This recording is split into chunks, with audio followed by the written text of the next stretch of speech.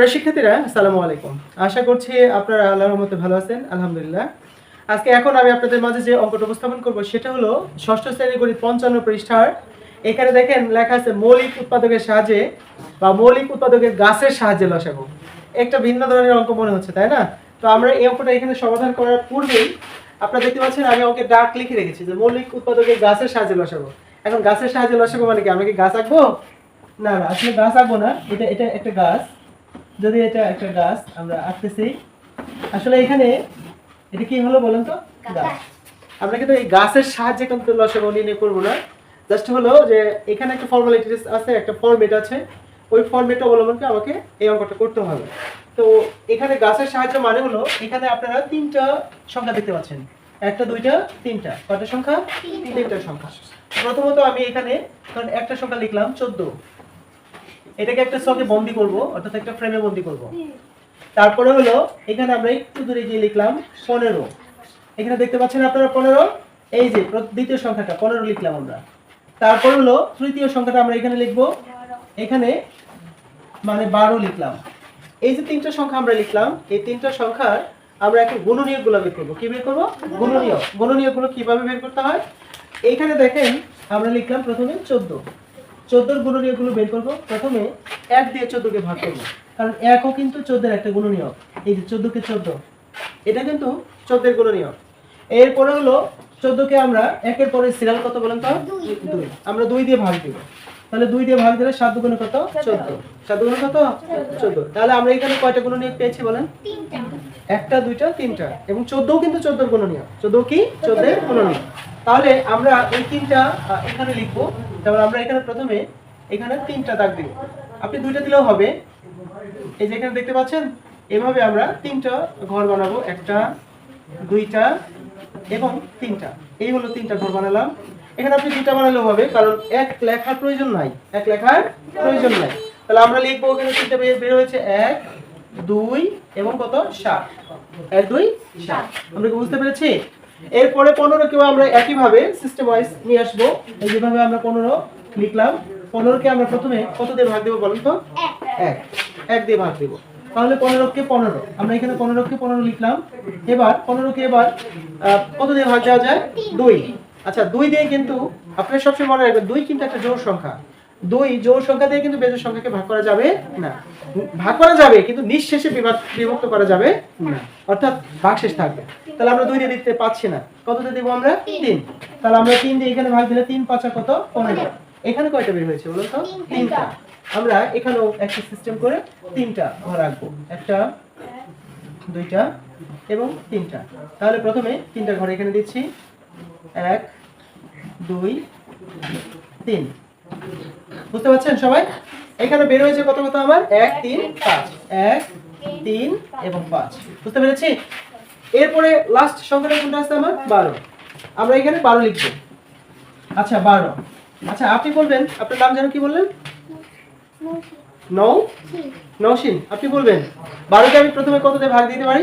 1। Good. ওর জন্য একটা করতালি হোক। তারপর 1 দ্বারা 12 কে ভাগ করলে কত বের হবে বলেন? 12। 12 কে 12। এবার আমরা 12 কে কত দিয়ে ভাগ দিতে পারি? 2। গুড। ওর জন্য আরেকটা করতালি হবে। 6 দিয়ে 12। এবার 6 কে আবার কত দিয়ে ভাগ দিতে পারি? 2 দিয়েও দেওয়া যায়, 3 দিয়েও দেওয়া যায়। তো আমরা 2 দিয়ে দিচ্ছি। 3 দুগুণে কত? 6। 3 দুগুণে কত? 6। ওর জন্য আরেকটা করতালি হবে। আপনি বলবেন, এখন আপনি বলবেন, নওশিন বলবেন আপনি এখানে কয়টা ঘর হবে? 4টা। গুড। ওর জন্য আরেকটা করতে হবে। তাহলে আমরা এখানে 4টা ঘর দিচ্ছি। কয়টা ঘর দিচ্ছি? 4টা। এখানে দেখেন প্রথমে এভাবে নিয়ে আসলাম, তারপর এভাবে নিয়ে আসলাম, আবার আরেকটা এখানে ঘর দিচ্ছি, আরেকটা ঘর দিচ্ছি। এই হলো মোট কয়টা ঘর? 4টা ঘর। একটা, দুইটা, তিনটা, তারপর হলো কয়টা? 4টা। এখানে মোট টোটাল 4টা ঘর।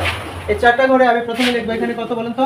1, তারপর 2, তারপর 2, তারপর 3। বুঝতে পেরেছি সবাই? আচ্ছা, এখন যে কাজটা সেটা হলো এই যে আমরা যে গুণনীয়কগুলো বের করলাম, এই গুণনীয়কগুলো থেকে যদি আমরা গসাগু নির্ণয় করি, তাহলে গসাগুর সময় এই 3টা রাশিতে যে সংখ্যাটা মিলে যাবে, যে সংখ্যাটা ওইটাই শুধুমাত্র কিন্তু গসাগু। আর লসাগুর ক্ষেত্রে নিয়মটা হলো যেটা মিলে যাবে সেটা থেকে একটা নিতে হবে কমন, অর্থাৎ কমনটা থেকে একটা নিতে হবে, আর যেটা আনকমন থাকবে সেটাকেও নিতে হবে। তাহলে কি বিষয়টা ক্লিয়ার হয়েছে যে গসাগুর ক্ষেত্রে শুধু এই রাশিগুলোর মধ্যে মিলে যাবে যেটা, যেমন এই তিনটা রাশির ভিতরে দেখেন তো কি মিলে গেছে বলেন তো, কি মিলে গেছে? যেমন এক মিলে গেছে, এক এখানেও এক আছে, এখানেও এক আছে, এখানেও এক আছে, তিনটা থেকে এক আছে। তাহলে এটা কিন্তু গসাগুর ক্ষেত্রে হতো, কি হতো? গসাগুর ক্ষেত্রে এক উত্তর হয়ে যেত। বাট লসাগুর ক্ষেত্রে কিন্তু যেটা মিলে যাবে সেটা থেকেও একটা নিতে হবে, আর যেটা মিলবে না সেগুলোও কিন্তু আপনাকে নিতে হবে, সেগুলো কি আপনাকে নিতে হবে। তাহলে আমি এখানে প্রথমে এখানে থেকে নিচ্ছি এক, কি নিচ্ছি বলেন তো? এক নেওয়া হলো এক। এরপরে হলো দুইয়ের ছিড়াল, দেখেন আমরা দুইয়ের ছিড়াল দিচ্ছি এখানে, এই ঘরটা নিচ্ছি, এখানে দুই দুই, এখান থেকে একটা দুই নেওয়া হলো, আবার দেখেন এখানেও দুই আছে, আছে না? এখান থেকে একটা দুই এখানে আনা হলো, অর্থাৎ দুই এখান থেকে দুইটা থেকে একটা মিলে গেল, সো আমি একটা এখানে কমন নেওয়া হলো, বা আমি এখানে কমন নিলাম। এরপরে যে ঘরটা করব সে ঘরটা হলো, দেখেন এখানে কিন্তু আরেকটা দুই আছে, আছে না? এটাও আমি কিন্তু এখানে নিব, বুঝতে পারছেন?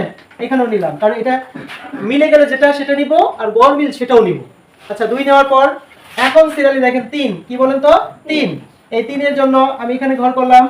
এবার এই তিন এখান থেকে এখানে মিলে, আবার এখান থেকে এখানে মিলে, এই দুইটা থেকে একটা তিন নেওয়া হলো, বুঝতে পারছেন আপনারা? এরপরে হলো তিনের পরে কত বলেন তো? পাঁচ, কত? পাঁচ।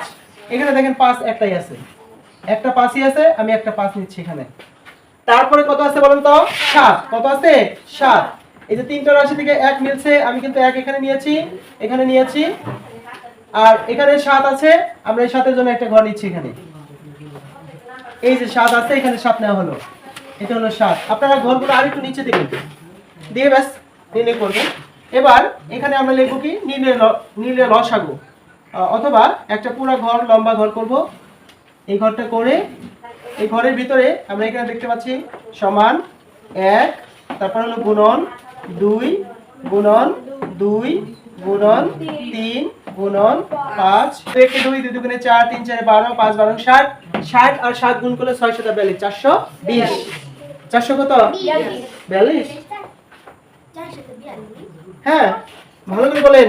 দেখে দুই দুই দুগুণে 4, 3 4 12, 5 12 60, 60 কে যদি আমরা 7 দিয়ে গুণ করি, 60 গুণন 7, তাহলে 0 6 7 42, উত্তর কত হলো? 420। 442 কে বললেন, তাহলে এটাই হলো 420। 420 এটাই হলো সুতরাং নির্ণয় লসাগু। নির্ণয় লসাগু, লসাগু। লসাগুর পুনরূপ কি জানি আমরা? কি বলেন তো? হ্যাঁ, লসাগুর পুনরূপ হলো লঘিষ্ঠ সাধারণ গুণিতক, আর গসাগুর পুনরূপ হলো গরিষ্ঠ সাধারণ গুণনীয়। কি বলেন? বলেন, লসাগুর পুনরূপ কি? হ্যাঁ, লসাগু। লসাগুর পুনরূপ হলো লঘিষ্ঠ সাধারণ কি? গুণিতক। আর গসাগুর পুনরূপ হলো, যদি গসাগু থাকে গসাগুর পুনরূপ হলো কি? গরিষ্ঠ সাধারণ গুণনীয়ক। গরিষ্ঠ সাধারণ গুণনীয়ক, এটা হলো গসাগুর পুনরূপ, আর ওটা লসাগুর পুনরূপ। আচ্ছা, আমরা যে এই যে লসাগুটা করলাম, এটা হলো কি? মৌলিক উৎপাদকের গাছের সাহায্যে লসাগু, মৌলিক উৎপাদকের। এখন এটাকে যদি আমি ইউক্লিডীয় প্রক্রিয়ায় লসাগু নির্ণয় করি, ইউক্লিডীয় প্রক্রিয়ায় আরেকটা পদ্ধতি আছে, সেটা হলো ইউক্লিডীয় প্রক্রিয়া। কি বলেন তো? ইউক্লিডীয় প্রক্রিয়ায় লসাগু, সেটা হবে কেমন? সেটা হবে যেমন আমি এখানে করে দিচ্ছি ইউক্লিডীয় প্রক্রিয়া,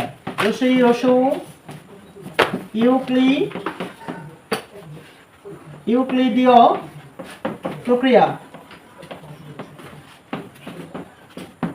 ইউক্লিডীয় প্রক্রিয়া লসাগু,